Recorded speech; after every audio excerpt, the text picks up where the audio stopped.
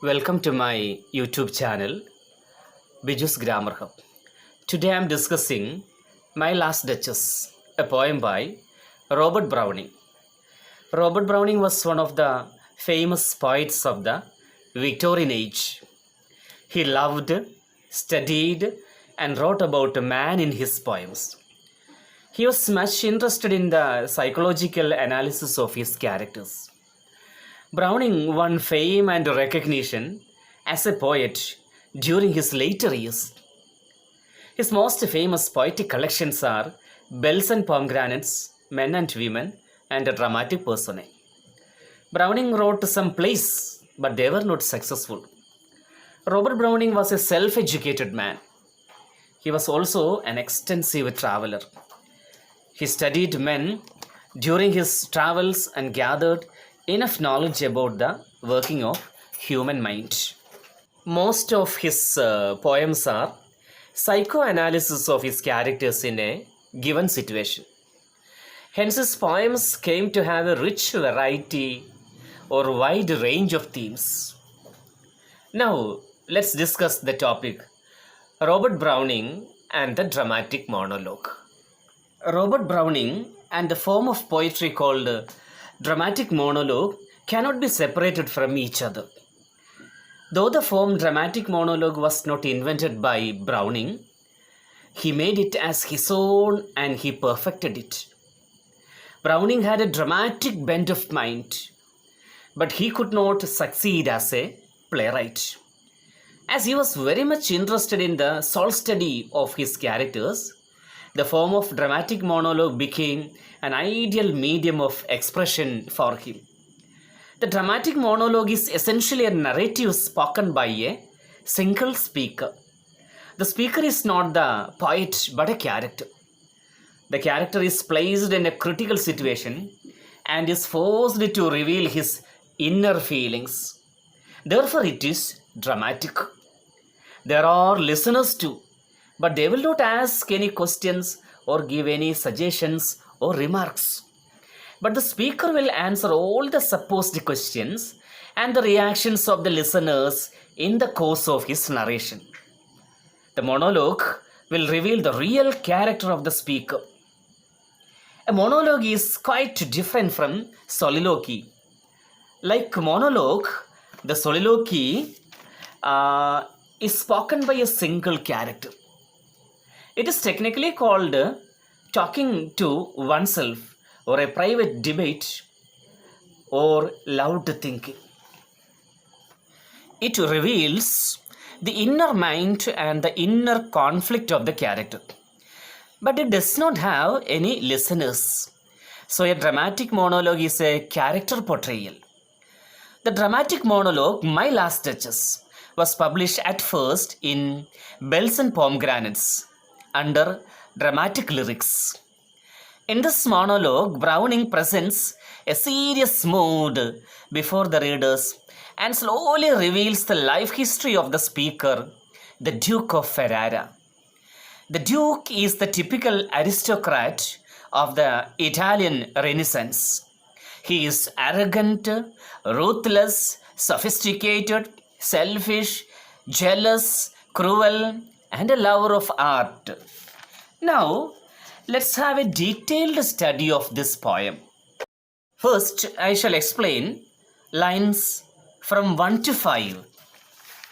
And here, the Duke of Ferrara is a widower. He was going to remarry a count's daughter. An envoy or a messenger had come from the count to negotiate the marriage. So he is getting ready for a second marriage.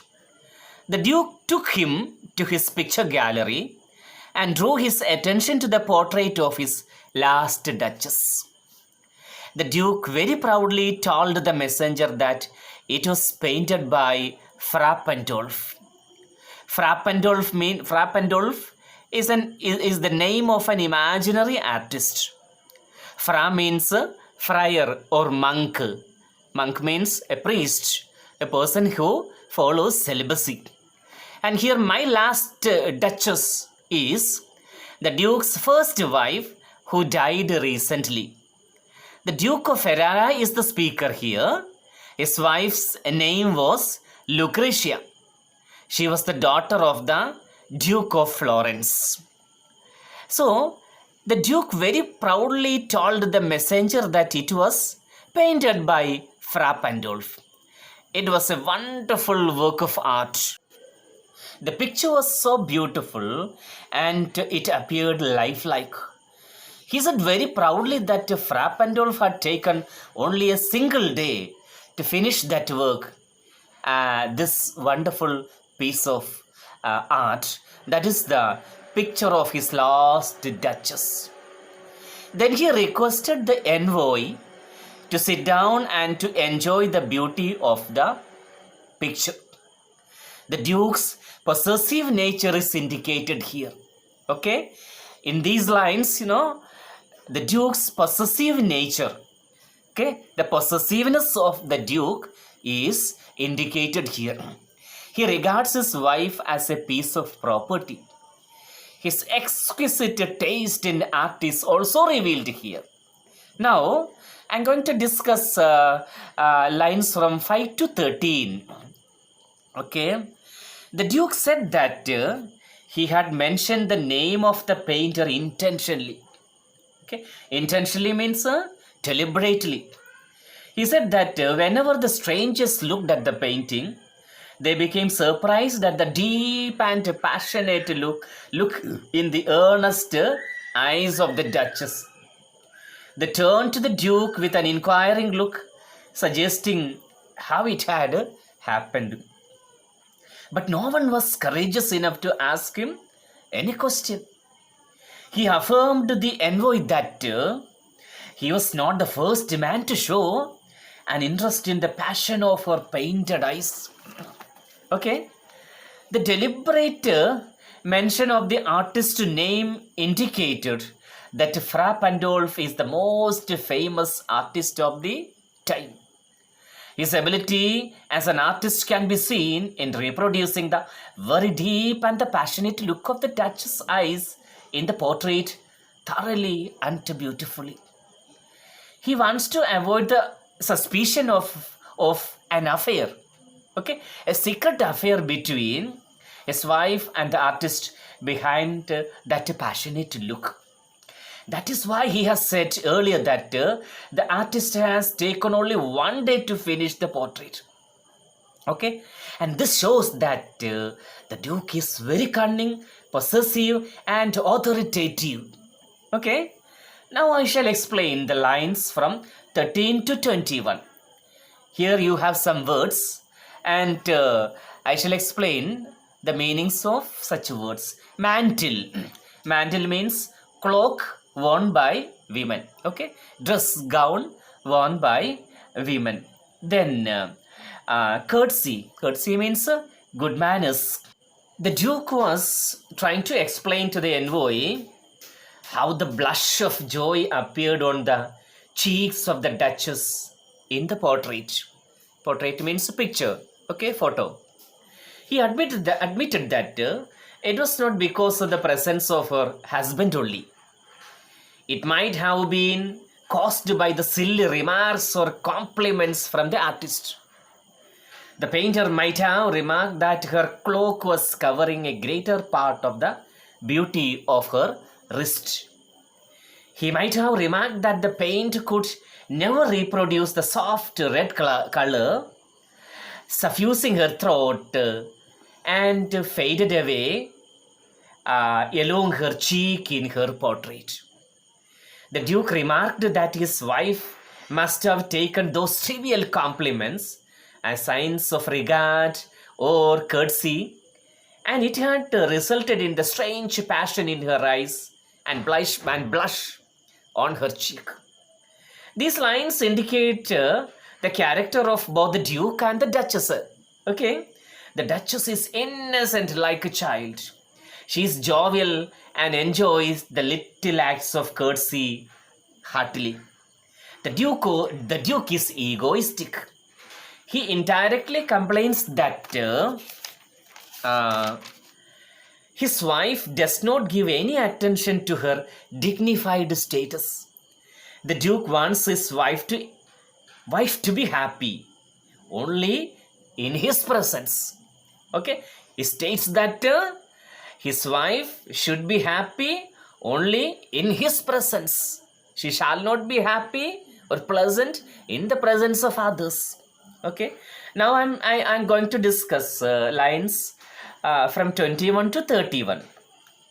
Here some words and their meanings. Okay, I shall give the meanings of some words. My favorite her breast. That means the ornaments or the chain or necklace given by the Duke that she wears. Okay, the ornaments or the chain or necklace worn by the woman. Actually, that is given by the Duke. Officious, offering unwanted service. Officious means offering unwanted services. Okay, then actually the Duke of Ferrara was then reminded of the qualities of his last Duchess as he observed her portrait closely. He told the envoy that it was very easy to please his last Duchess because she was so innocent.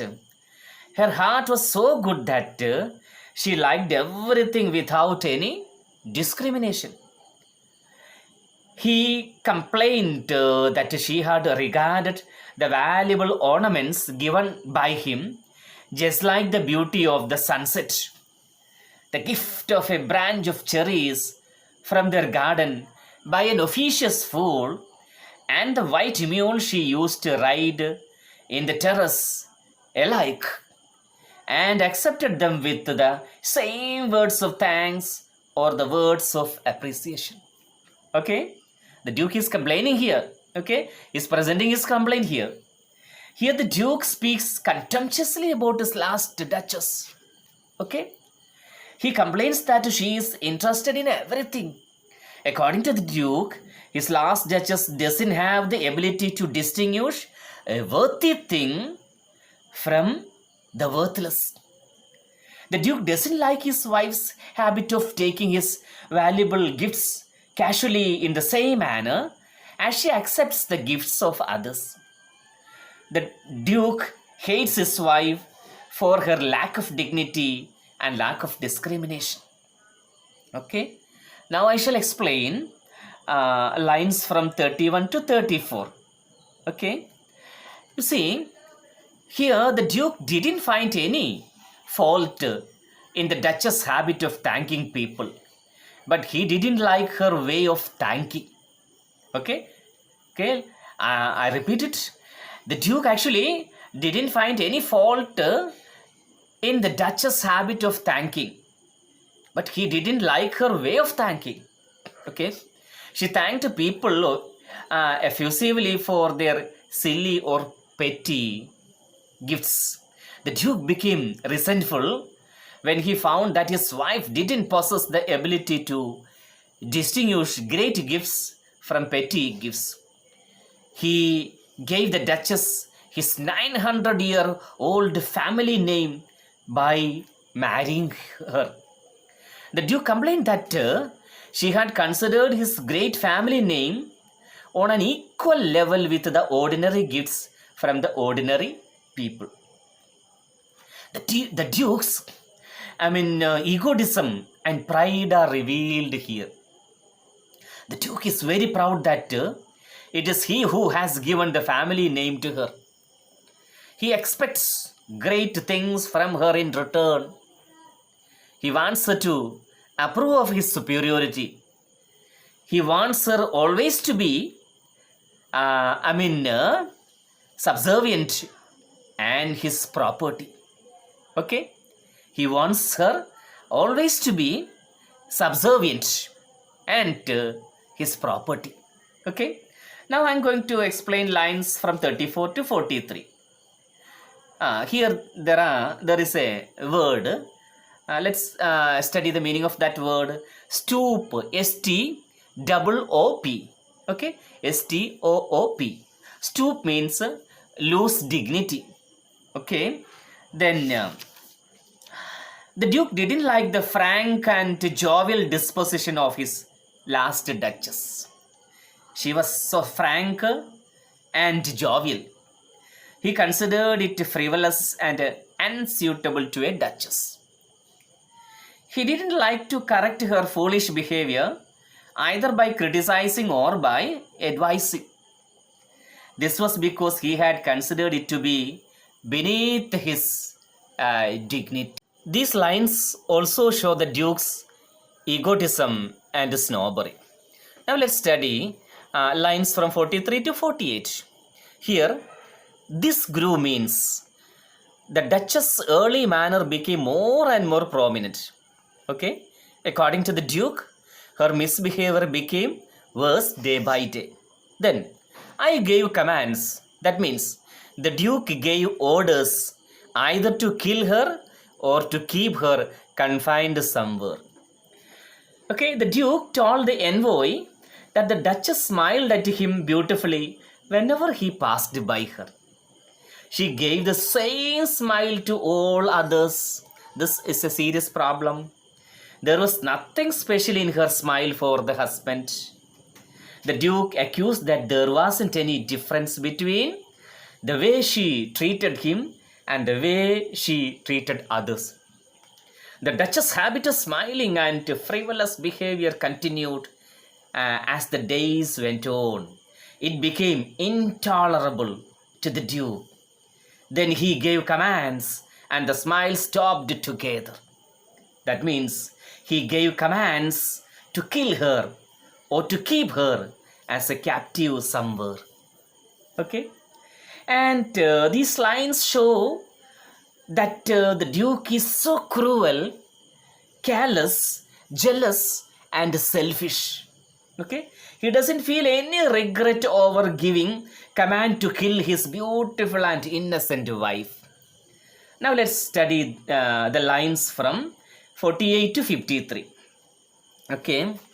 And here, the Duke turned into the subject of his second marriage with the Count's daughter.